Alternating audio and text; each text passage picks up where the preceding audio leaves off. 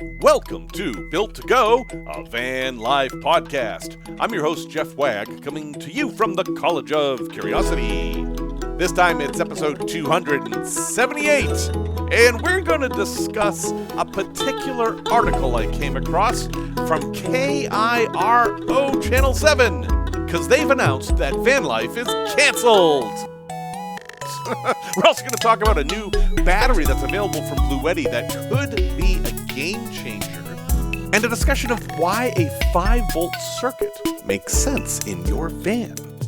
Hello everyone, welcome back. Thanks for joining me once again. It has been a very busy time here. I've had a lot of medical stuff lately, and I'm frankly sick of it.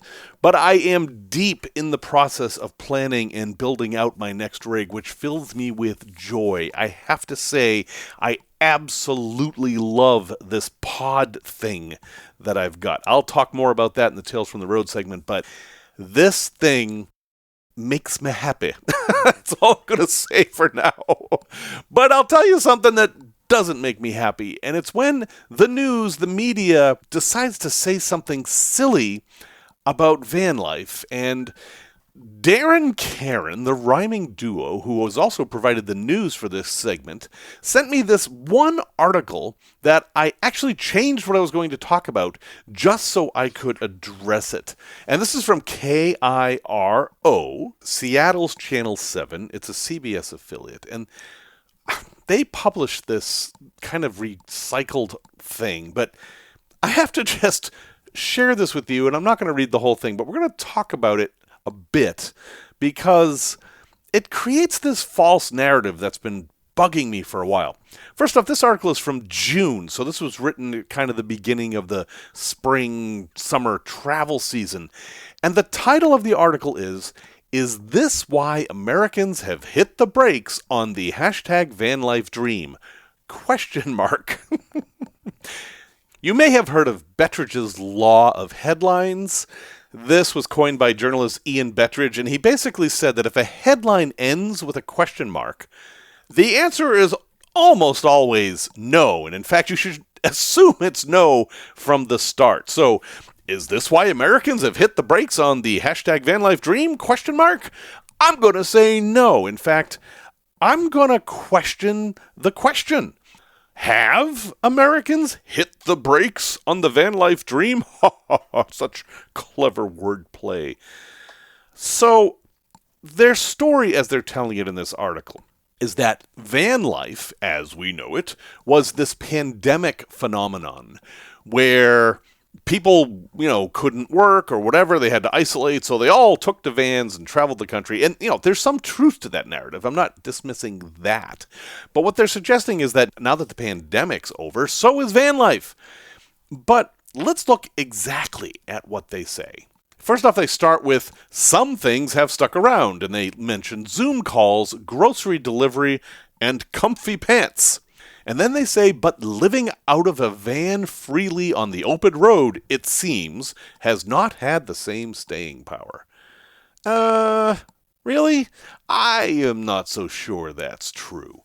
And then they do this amazing thing where they lump all recreational vehicles, all camping in vehicles entirely under the van life overarching term.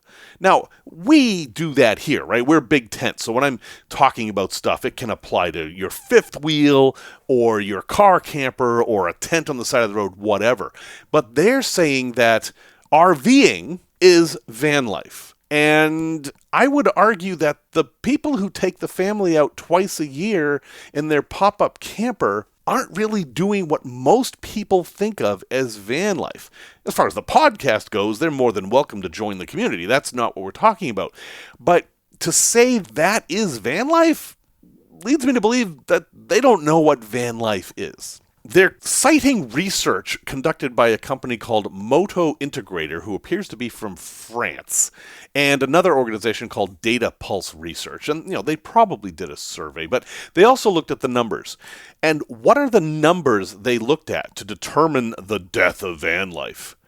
Well, they looked at RV sales. And sure, RV sales boomed during the pandemic years and immediately following.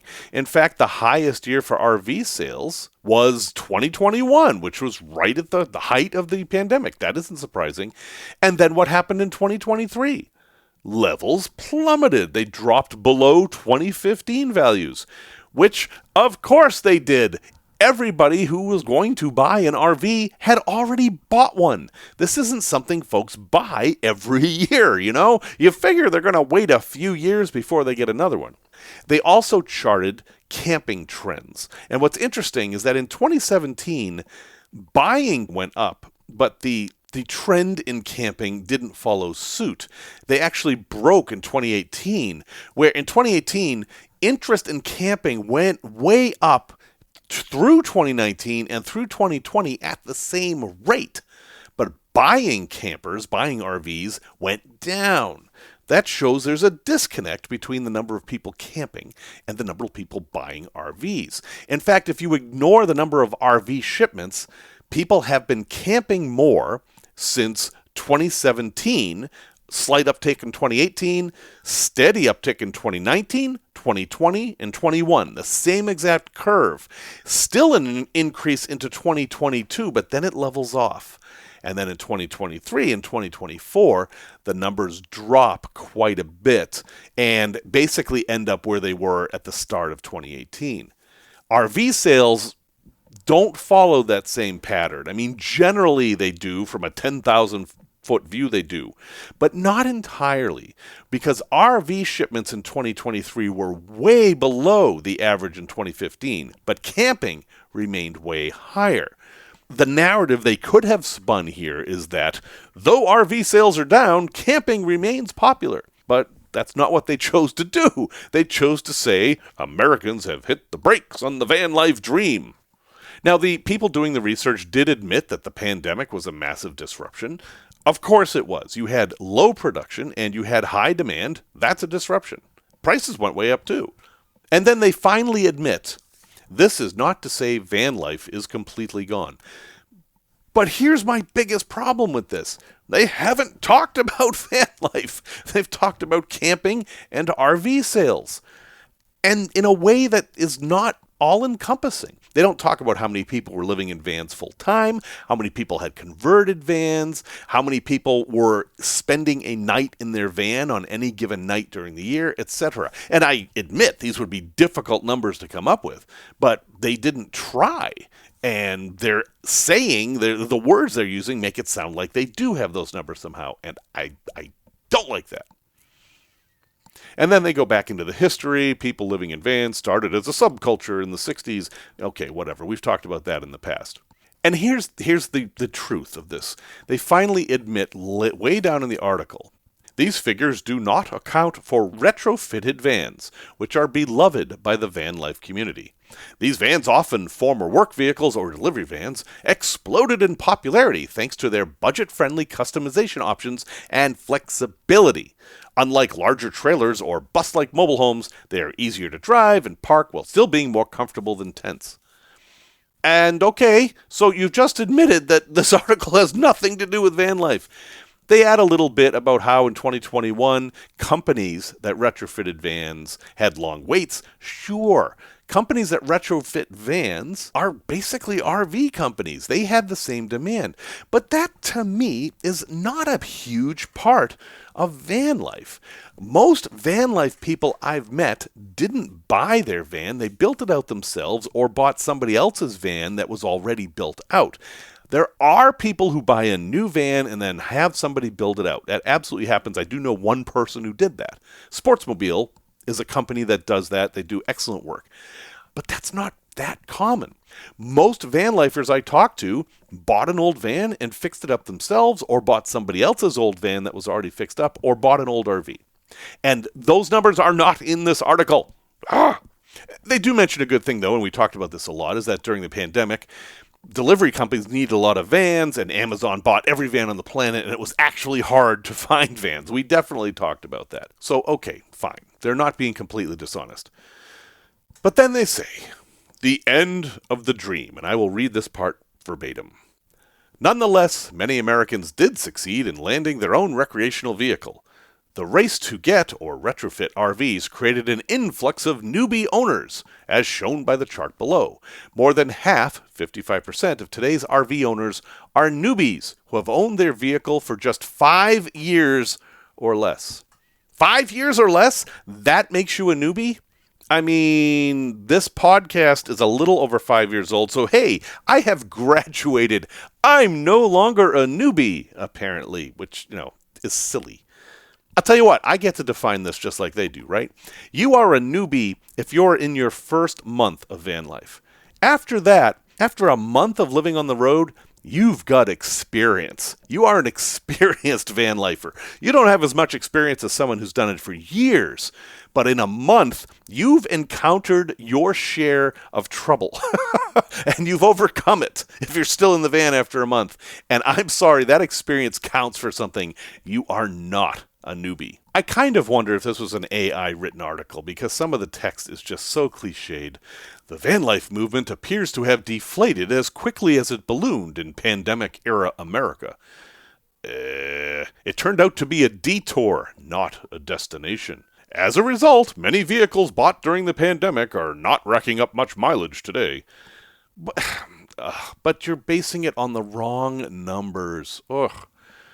They're saying that 10 million households in the U.S., 8% about, camped in an RV last year.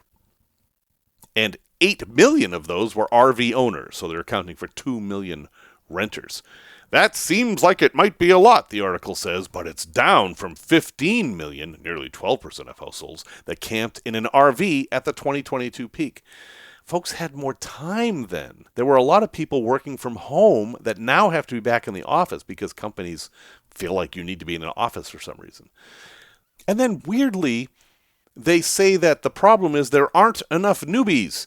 In 2022, there were a lot of new people, and now, well, there just aren't as many new people. Well, the people who camped in 2022 aren't new people anymore, except that you think that they are because they don't really go over their methodology here. I mean, they do cite it, but I tried to look and see where they were getting the data. And really, all this is doing is tracking that there was a surge of RV sales and RV camping during the pandemic, and that's it. So my question is, why don't they say that? Why do they have to attach this to van life or the hashtag van life? And I think the reason is that van life was much more of a cultural phenomenon than RVing is. Van life is cooler. Van life got attention. And while you and I know that van life didn't go anywhere, there's still plenty of people doing it out there. Plenty of people. For the media, it's kind of a passé issue. And now they're going, oh, that van life thing, oh, those silly people, they've come to their senses now and they're not doing this anymore. And you can just look at these RV numbers and see that, when it isn't true. And in fact, given everything that's going on in the country this year, I expect a major upswing in van life with quotes, but it isn't going to be the van life that they're talking about, because we're not talking about RVs. We're talking about people who are living in their vans and their cars because they have to. That, I believe, is going to be on a huge upswing this year, especially if the government stays shut down much longer. But, yeah, you've heard enough about that. So, folks, This is major media here. It's a CBS affiliate, and this is what they're publishing. And I'm sorry, it's really low quality and misleading. And if you were not in the van life community, you might read this article and say, oh, that van life thing's gone. I'm not going to do that. Of course, that means nothing. If you want to live in your vehicle, it's just as possible now as it ever was. There are some new challenges, absolutely. I've talked about them a lot. But the van life dream is not dead. It never will be dead, and it has existed as long as people have had vehicles that they could live in. Sailing, this dream of sailing around the world in a sailboat, is the same dream as van life. It's just water van life. Or if you prefer, we're doing dirt sailing. I don't care. A very similar thing. So, folks, Don't worry about all these reports about the death of van life or anything like that. Almost all the media we see now is driven by what will people pay attention to. It's inflammatory, it's clickbait, and this article was really just that.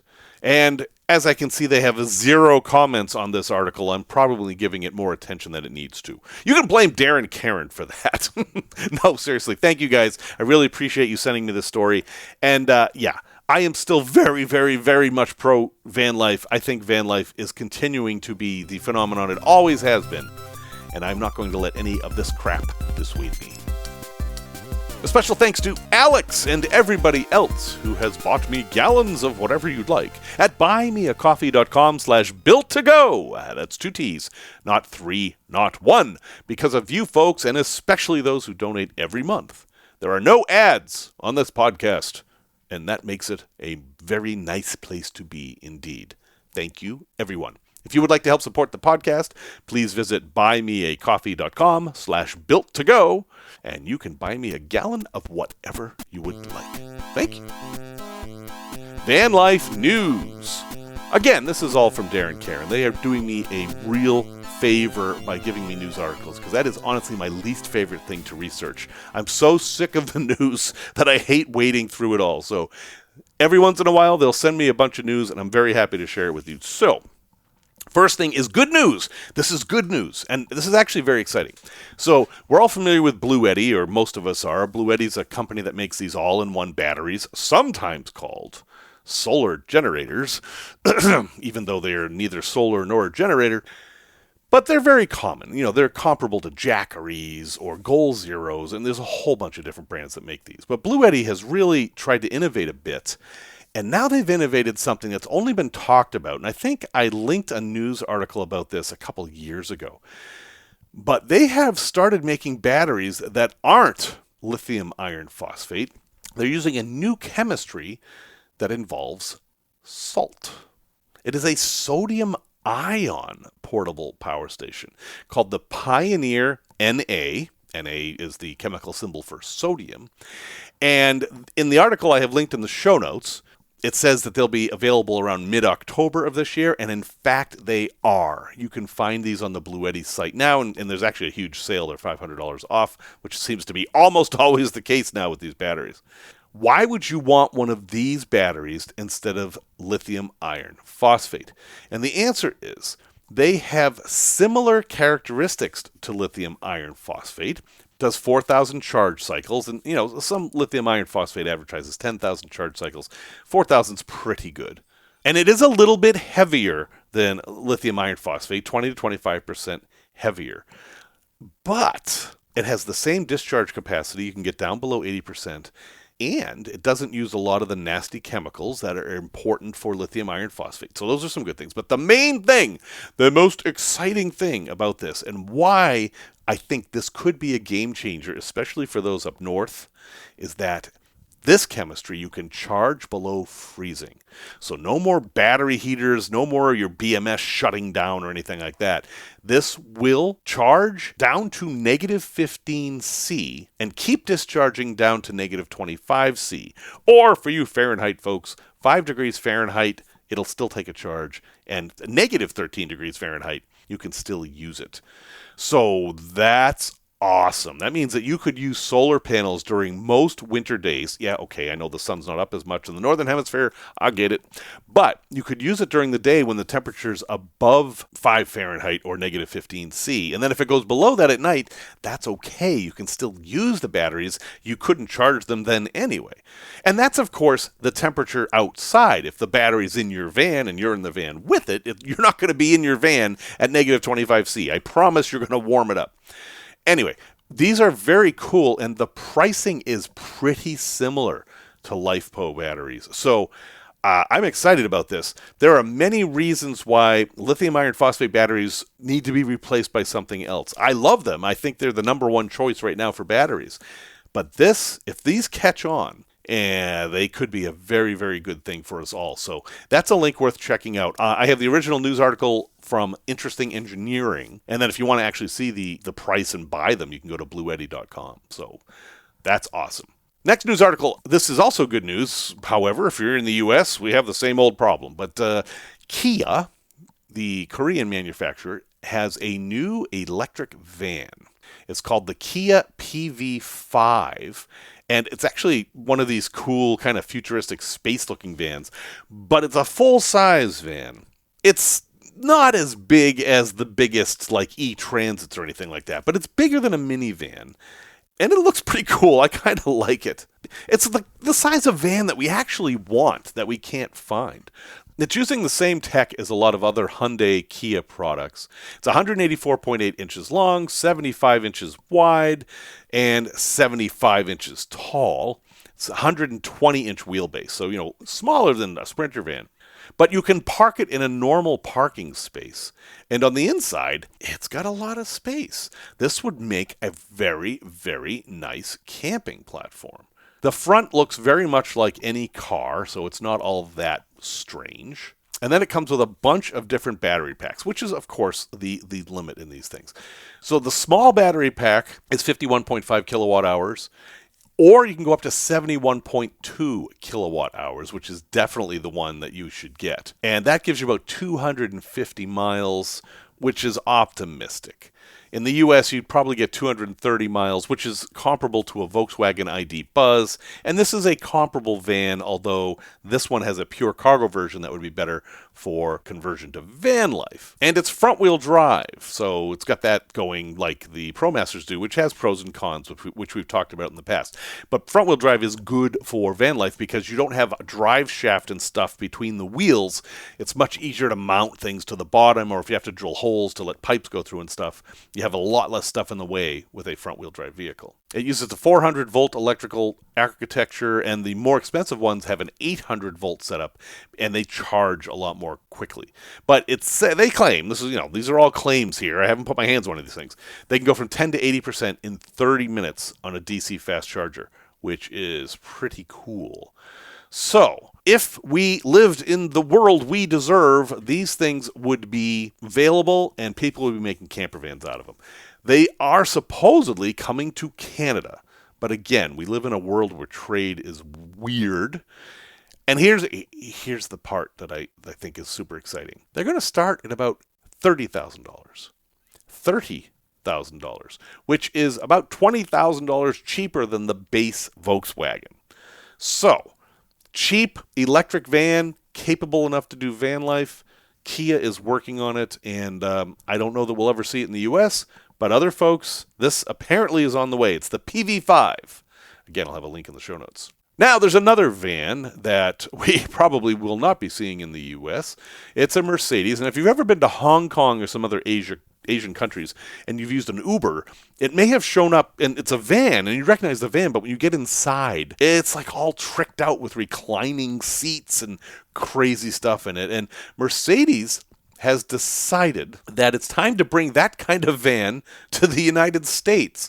And this is sort of Metris-sized. It's a medium-sized van. They call it a V-Class, which in Europe you would call the Vitaro. It's actually being called the Mercedes-Benz VLE and VLS class.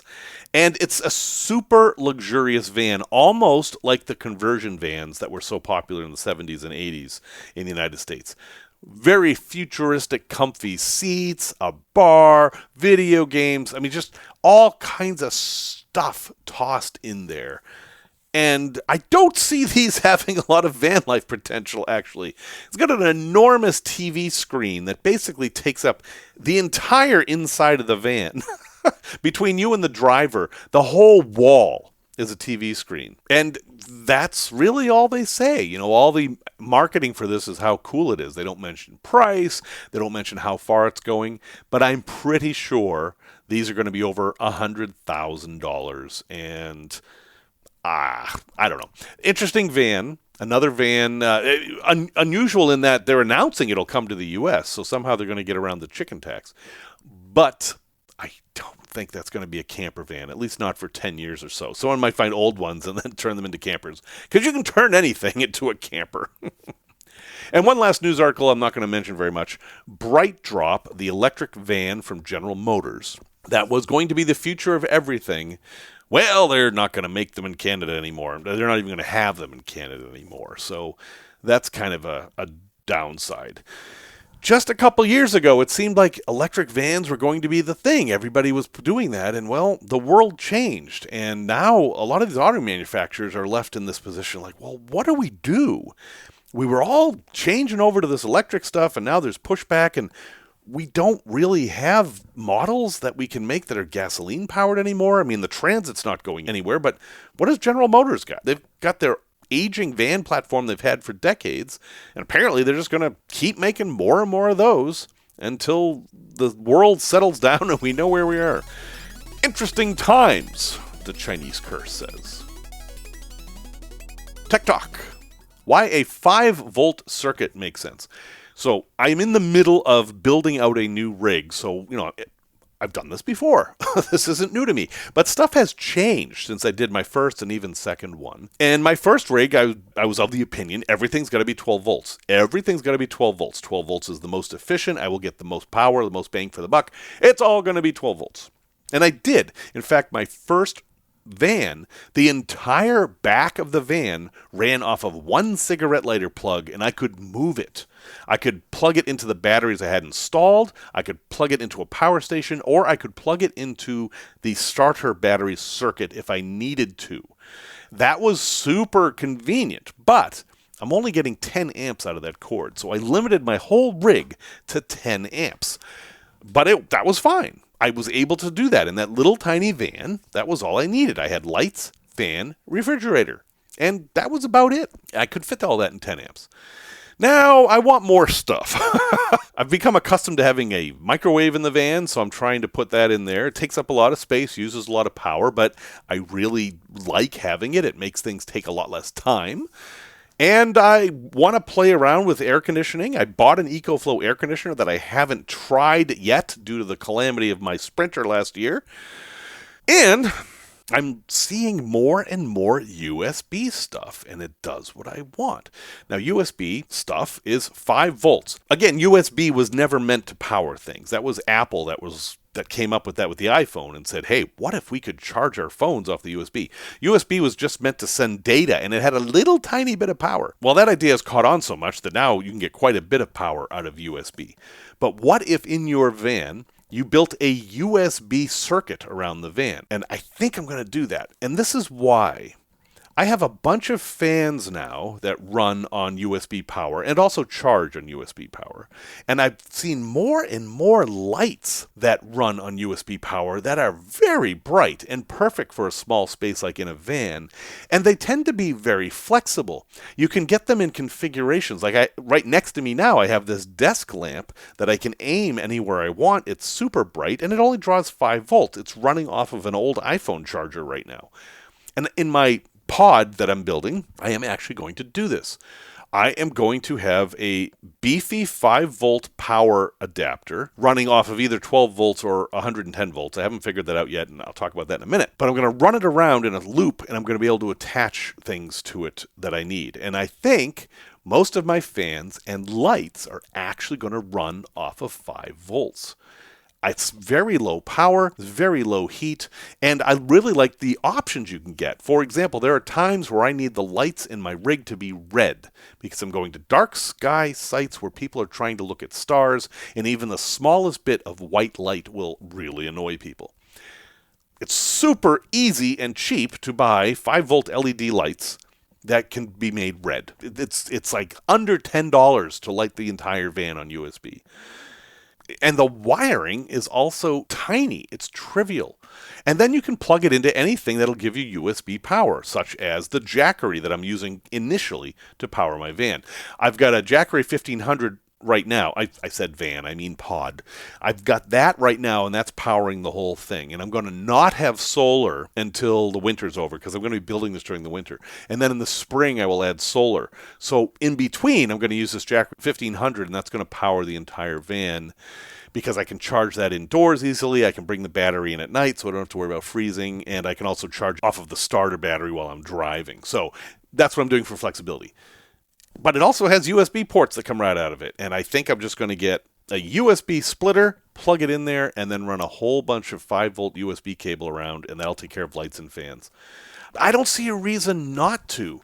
If you can think of one, let me know. But low power, high efficiency, that's what Vanlife's about. So think about it. If you're doing a small rig, especially a no build, you don't have to use 12 volt. You can use 5 volt. And then in an emergency, you can power all that stuff by a little battery pack that you might use to charge your phone with. It's just so flexible. And if any of those 5-volt USB things have their own batteries, like the stroller fans that I've become so enamored with, well, if something happens and you run out of power, you can keep using them. I don't know. I think it's a good idea. I haven't heard of anybody doing this, but I'm going to give it a try, and I will report back as to how well it works or doesn't work. In my case, if it doesn't work, big deal. I'll replace it with 12 volts. But I think it makes a lot of sense to have a 5-volt circuit in the van, and it frees up space for 12 volts, too, for more high-power stuff. Product review. This week, we're trying something new here. Chris, from Kent in the UK, as he'll announce himself, has done a lovely review of a Bluetti product, and I'm going to just give you his review. And he's helping me out by doing a portion of the podcast, and I hope he had fun doing it, and I hope you have fun listening to him. He has some very good information.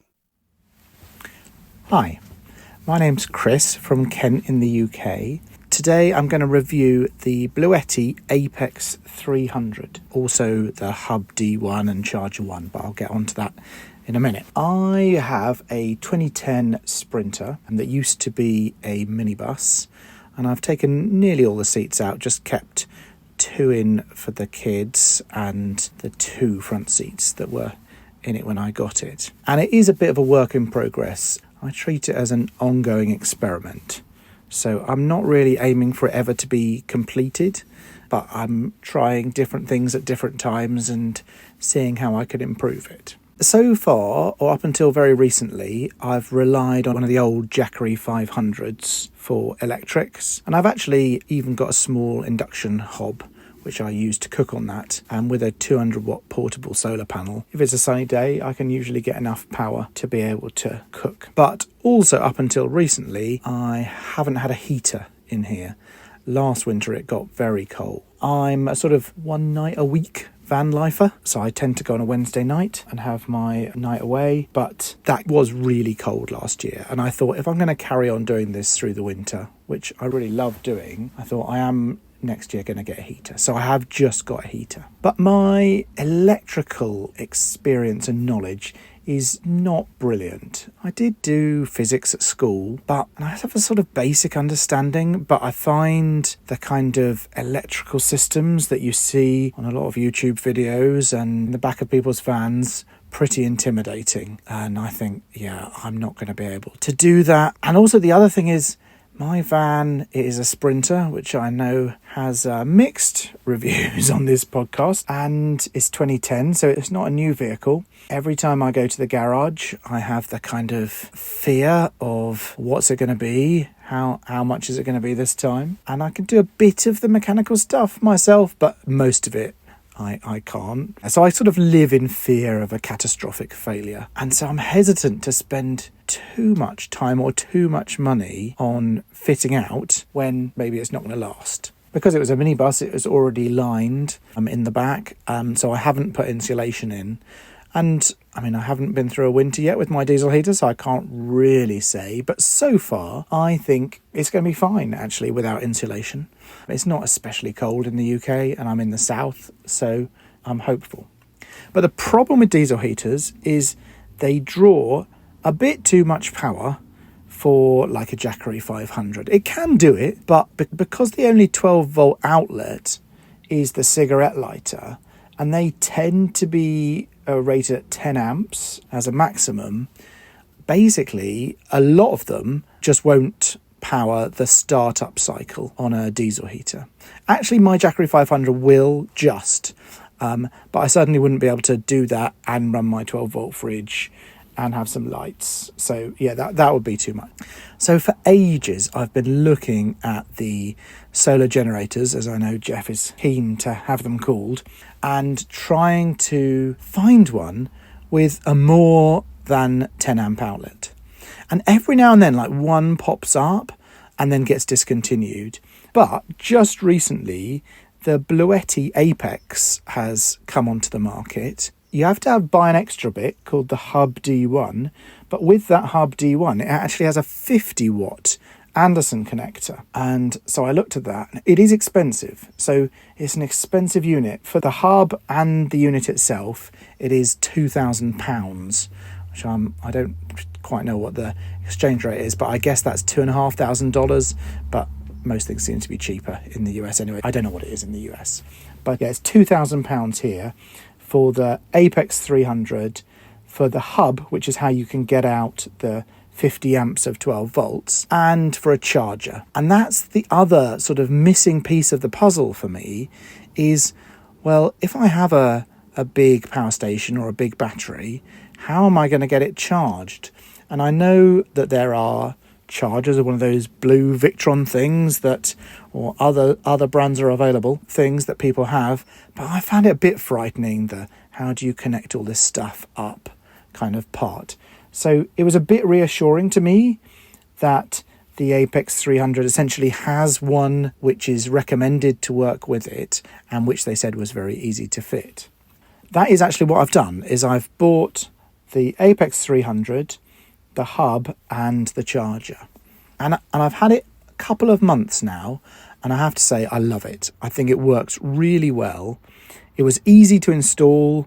It's just worked flawlessly. It's about, I think it's 2.7 kilowatt hours of power, so almost 6 times my Jackery 500. And yeah, I've not run out or anything like. When I'm driving, it just charges at about 550 watts, and the alternator doesn't seem to mind at all. And that charges it up pretty quick. So I guess it would be about 5 hours if it was completely empty. Often I just drive for an hour, but that gives me plenty of power. And I haven't actually rigged up any solar. I probably will at some point, but at the moment I haven't bothered, because that gives me what I need. And it includes, for AC power outlets, I only ever use 1 or 2, but I have one for my induction hob, and then one for, sometimes I plug my laptop in, sometimes I plug a dehumidifier in. I don't have a ceiling fan, so when I get home, I usually, in the winter, I put on a dehumidifier and make sure everything gets fully dried out. It just works flawlessly. You have to plug in this hub to get the 12 volt outlets. The standard unit doesn't have any 12 volt outlets. I don't even think it has, it doesn't even have a USB outlet. But you plug in this hub into the side of it, and that gives you 2 cigarette lighter outputs, which actually I haven't used yet, 2 USB-C, which are both 100 watts. So actually I can just plug my laptop into that, 2 USB-A, and this 50 amp Anderson outlet, which I'm now plugging into all the other stuff in my van, which I say all the other stuff. That's the diesel heater, the fridge, and then I just have some USB-A outlets that were actually left over from its time as a minibus. So that works really well, and so I just plug lights and phone chargers and stuff into those wherever I need them. So I am a really satisfied customer for the Bluetti. I've not had a Bluetti thing before. I've had a couple of Jackeries, the 240, this really little one, and then the 500. So one thing I was really interested in is how long it would last with the inverter turned on. It'll last a few days with the inverter turned on, and it will last about 10 days with the DC turned on, which is loads. And you can set in the settings that if you want it to turn itself off if there's no draw on it, it can do that, or you can set it so that it doesn't do that. I turned my fridge off at night, and then I wondered why the DC had gone off overnight. That's it. And now I realised that setting was flicked in my app. But it was very easy to switch that. It is quite heavy. It's quite big. It's a bit smaller than a 12 volt fridge. Maybe it's like almost 2 foot long and then 1 foot by 1 foot wide and tall, something like that. It just fits under my bed, so that works quite well. And then I can get to the plugs and sockets on the front and the switches. Yeah, it's heavy enough that you think more than twice about lifting it. You don't want to move it around very much. It's pretty heavy. So it's nice if you can just put it in one place and leave it there. But yeah, it works really nicely. And it does mean that if the engine warning light comes on, I'm just a bit less fearful that, oh no, that means all that hard work is, well, maybe not lost, but certainly would have to be removed and replaced and put in another vehicle. Whereas this way, it almost is plug and play. Oh, I should say about the charger, it was super easy to install the charger. It comes with one of those little trip switches, which you put in the live, and you luckily there were a couple of places on the 12-volt battery, and in the Sprinter the 12-volt battery is under the passenger footwell, so there was space in there actually just to clamp in a couple of new wires, and then I just ran it back to where the battery is, and it comes even with a little screwdriver to screw in the wires. So it literally was about, well, probably took me an hour because of the fiddling around with where the wires go, but it was really straightforward. I was really impressed by that. And that charger will work with other batteries too. If you need to down-rate it for a different sort of power station, it was able to do that. So you can get the kind of optimum charging and the optimum charging voltage as well, because I think it charges at 52 volts when it's charging this one, which is what it's designed for. I hope that's been helpful. I'm very pleased with Bluetti, and yeah, I don't have one of those special links which gives me magic money, sadly. But maybe Jeff does, so that would be good too. All right, thank you, and thanks for listening. Thank you very much for that information, Chris. It sounds like an excellent setup you have here. Some update on the U.S. pricing. Not to upset you, Chris, but in the U.S., that unit is only $1,400 on Amazon right now, and it's $2,400 if you want to add on the expansion pack, which doubles your capacity. And the Hub D1 is $340 right now. I'll have links in the show note for those if anybody's interested. But Chris, thank you so much for reviewing that product. If you'd like to submit a segment for Built to Go, please do so. You can get a hold of me at jeff@builttogo.com. That's 2 T's, not 3, not 1. And as Chris mentioned, those magic links, aka affiliate links, if you review a product on this podcast, you can use your own affiliate link and you will get any monetary credit that comes from that. That is my thank you for giving a little bit of the podcast. Otherwise, I'm going to take that credit because I always have the magic links. So thanks again, Chris. And thanks to anyone who's considering doing the same. Tales from the road. In case you haven't been listening all along, for $500, I bought this 8-foot long, 5-foot high fiberglass utility body that fits in the back of my 8-foot pickup truck. This is not a shell that fits on the rails. This is a solid piece with a floor that can be removed in its entirety and put on, and it's a standalone unit made of fiberglass. Space Cap is the most common company that makes them now. Mine happens to be a cargo body company, but they're long out of business. Doesn't matter. All right, imagine this. If you've ever seen a Scamp trailer, I've talked about them. Imagine a Scamp that had no wheels. That's sort of what I've got here. It's not as tall. I can't stand up in it, but it's over 6 feet wide and 8 feet long. And the height inside is 54 inches or so. And wow, I love it in there. I go out there, and even though it's not built out yet, I just sit there and imagine myself in here. And what I did was, taking a hint from Luke in Finland, I didn't do what I normally recommend, which is create a bedroom and then make everything else work. I created a workspace, and I'm going to make everything else work. I created a desk system, and I actually bought an office chair. The first thing I bought, okay, back up. I had a fire extinguisher, and I had a smoke detector and a CO detector. Those were already stuff I had, but I bought an office chair. I found an office chair I liked on Amazon, and it was one that the back folded over so I could push it under something. That was the very first thing I bought, and I put it in there, and it's glorious. I feel like I have my own little command center now. And I figured out how I'm doing the desk and the bed, and they're integrated. So at the front of the pod, there will be a desk. So when I'm sitting there in the chair, I'm facing forward, and there is a desk that's 6 feet long, and it's going to be 18 inches deep. That's a ton of space. On the left, there is a 16-inch shelf that runs the entire 8 feet. That's great.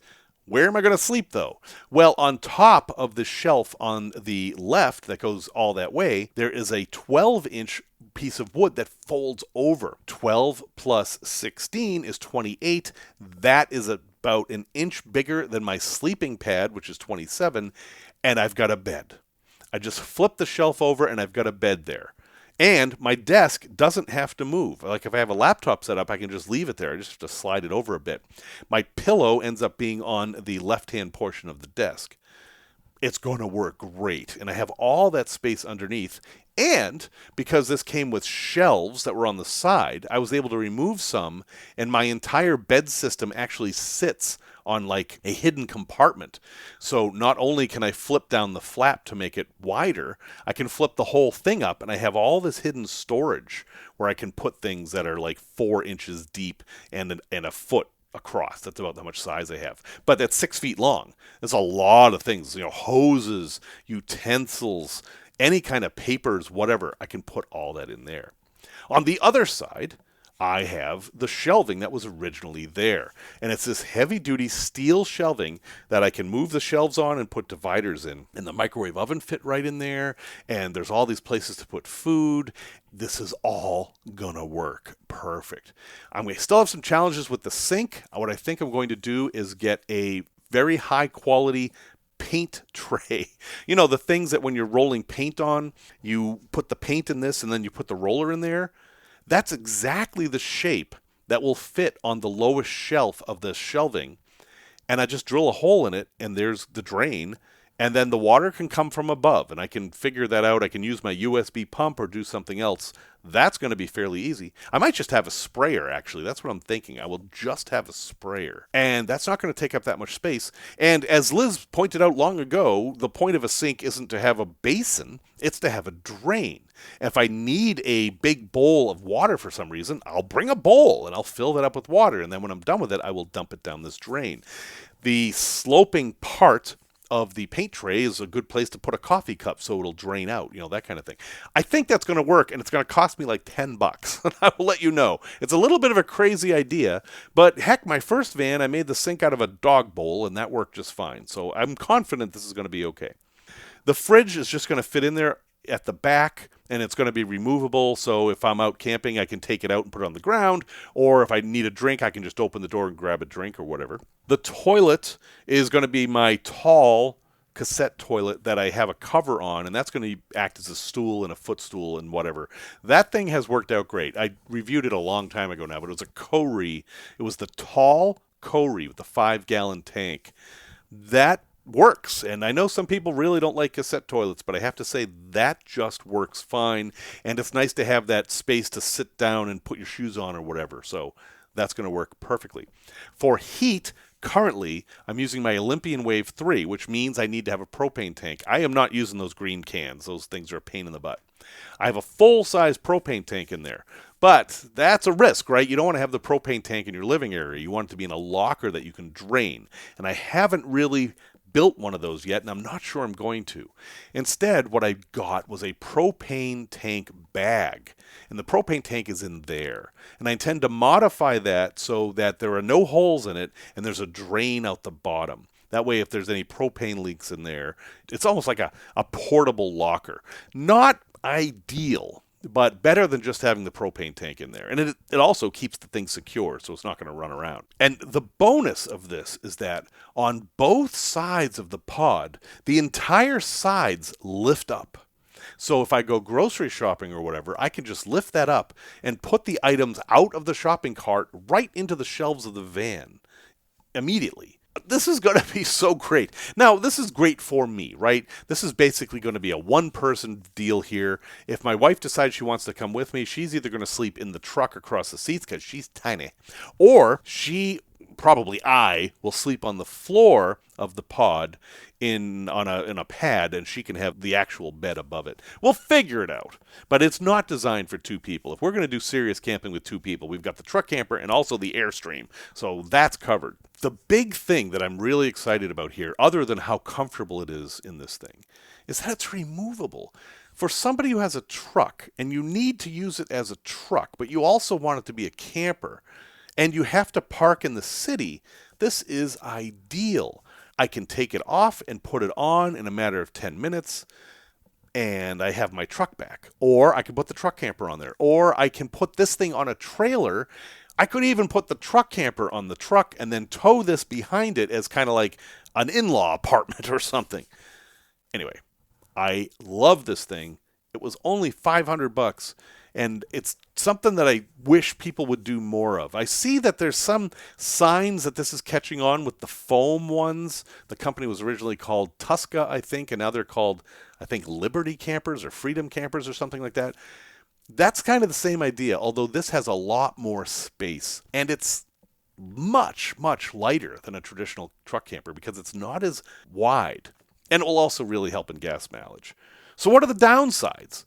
Well, I currently have no windows and no ventilation, so I have to fix that. I can't see through the back window of the truck through this thing and out of it like I can with the truck camper. That's fixable. I just have to add some windows. The biggest drawback is the jacks. In order to get it out of the truck, I need to install these big custom jacks and lift it up. It takes time, but the biggest problem is those jacks are kind of hard to find. I got very, very lucky and found 3 of them for $25 that some farmer was getting rid of 100 miles away from where I was. I'm supposed to have 4, but I can make it work with 3. But the pricing to buy a brand new 4th one is like $400. These things are crazy expensive. So I keep looking out for them. But again, these are a strange style of camper jack. They're not the normal ones. So I have to find just the right one. And if you are doing this, if you're thinking of doing this, make sure you have thought about how you're going to pick this thing up and take it off. Because if it has slots on the side, which a lot of the older ones do, you need the special jacks that I have. If it doesn't, then you can probably do it with either a forklift or a forklift attachment, which is how some of them work. Or you can use the standard, I think they're called Brophy jacks, that have like this right angle piece of angle iron that you attach to the sides, and that lifts it up. Those things scare me because you only use 2 of them and you have to get the center of gravity exactly right. I can play with it a little with mine. This is just what I want and need, and I really feel like I'm back in van life now because I have this thing. The one regret I have is that it's the end of the summer and I'm just getting started on this. I really wish it was the beginning of the summer where I had the temperate days where I could work outside all day. But it's not going to take me long to get the inside set up where I can just do almost everything inside. Big challenge I have is wastewater. I don't know exactly how I'm going to deal with that, but I've always had that problem in all the vans. So pod life, I'm calling this, because it looks like an escape pod. I love the way it looks. This is a great thing. This is so perfect for me, and I'm so excited about it, and I can't wait to hit the road with it.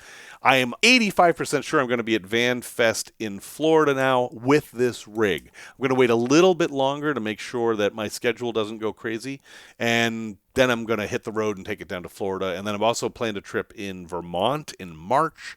I'll have it there too, but yay!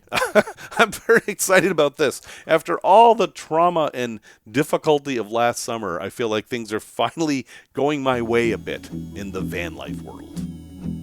A place to visit. I just booked a trip to Hawaii on a very strange ship. It's called Pride of America. It is the only U.S.-flagged ship, and therefore it is the only ship that can sail from Hawaii to Hawaii without going to an international port. This is not a ship I would normally book, but it got me thinking, can you do van life in Hawaii? And if you Google that, you'll find all kinds of talk about people doing van life, and then, oh no, it's illegal to do van life. There are some places in Hawaii where it's illegal to be in your van between the hours of 6 p.m. and 6 a.m., for example. It's an island. There's limited space. Real estate's very expensive. You're going to run into all kinds of problems. But I am here to tell you that you can van life on Hawaii. And the way to do it is to obviously not bring your own van because that would be outrageously expensive. The way to do it is to visit HawaiiSurfCampers.com. That's the URL. This is a company that rents camper vans in Hawaii, in Honolulu and on Oahu, and you just rent them, and they will tell you where you can go and how you can camp and all that. They take care of all the hassles. And the vehicles that they have, an awful lot of them, are old Volkswagen Westphalias. You know, those really cool pop-up old Volkswagen vans. And remember, you're not going to be doing a lot of interstate driving in Hawaii. This is all going to be slow, scenic driving, so these vehicles are going to be great. They have the old ones that are kind of like the sun buses with all the windows. Then they have the newer, more Euro-looking ones. And they have a few that, you know, there's a Transit here, the 2017 Transit. This would be the way to do van life in Hawaii, in my opinion, unless you were doing something dramatic like moving to Hawaii in your van. That's a whole other thing. Pricing is about $249 per night. And that seems like it might be a lot, but honestly, for Hawaii, that's covering your place to sleep and a place to cook and a place to store your stuff.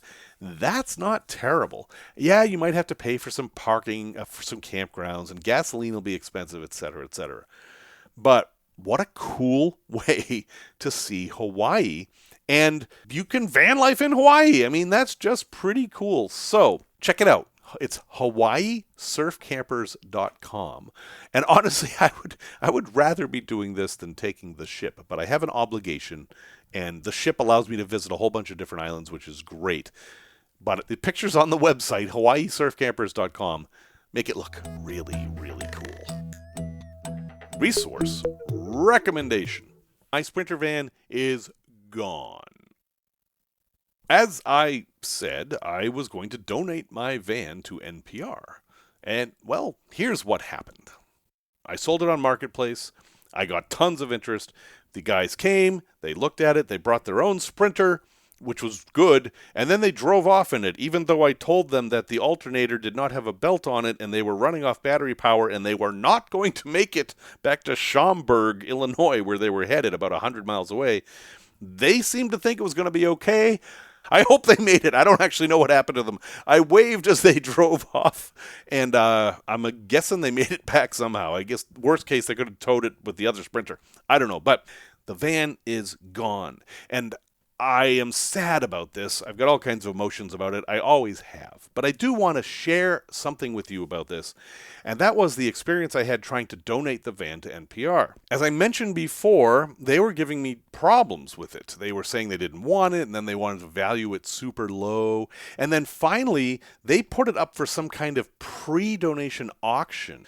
And they got an offer of $1,100, and they asked if I was willing to accept a receipt for an $1,100 donation for it. And I thought, well, no.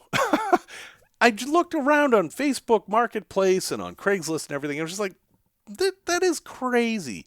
The van is worth more than that. Even if somebody was going to part it out, it's worth far more than that.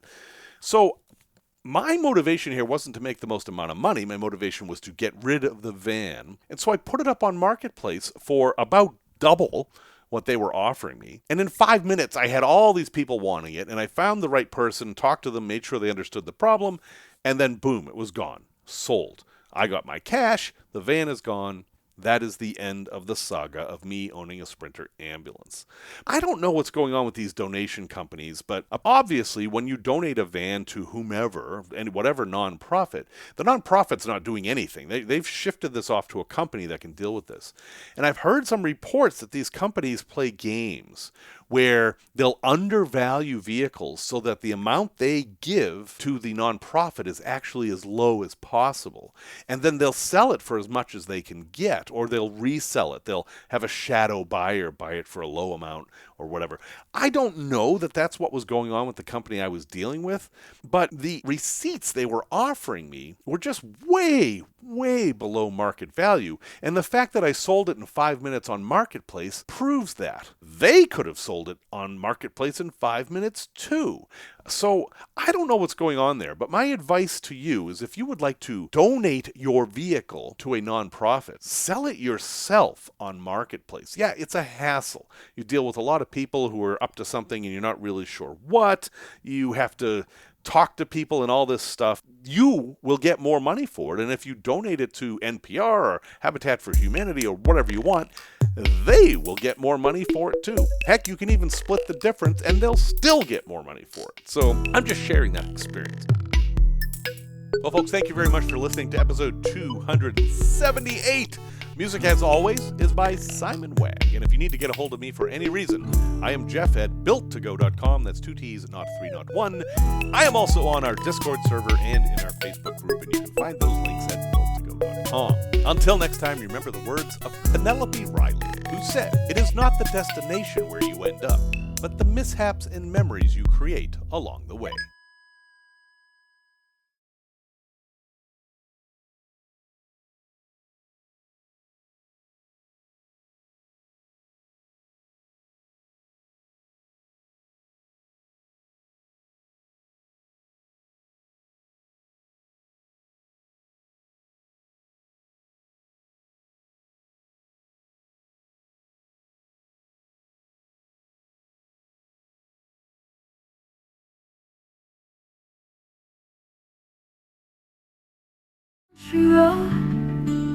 Every mile's a memory, every turn's a tale you've told. From the coast to desert sands, you carried all my dreams. Now you're heading to that place where old vans can finally sleep.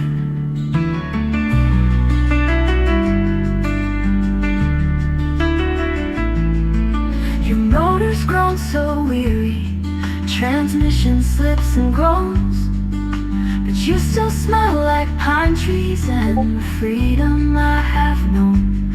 We drew pictures on your walls, lovers sheltered in the rain. Every dance a chapter in a life, each a joy or pain.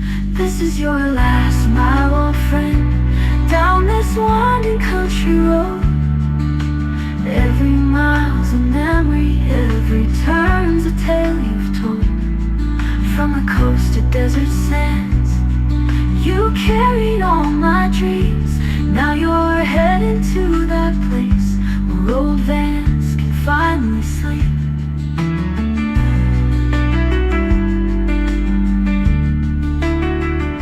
I'll keep your spirit rolling in every sunset that I see. You taught me home's not just a place, home is being wild and free. Thank you for the miles, old friend, for every road that we have known.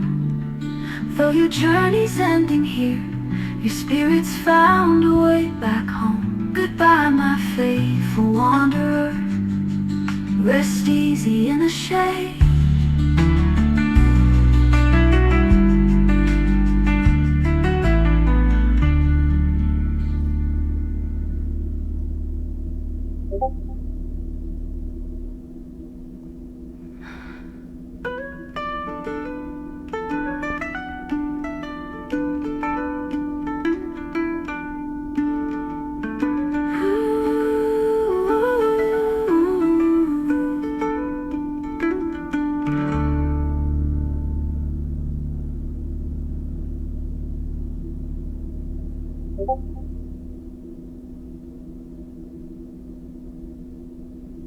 Rust around your wheel wells, paint faded in the sun.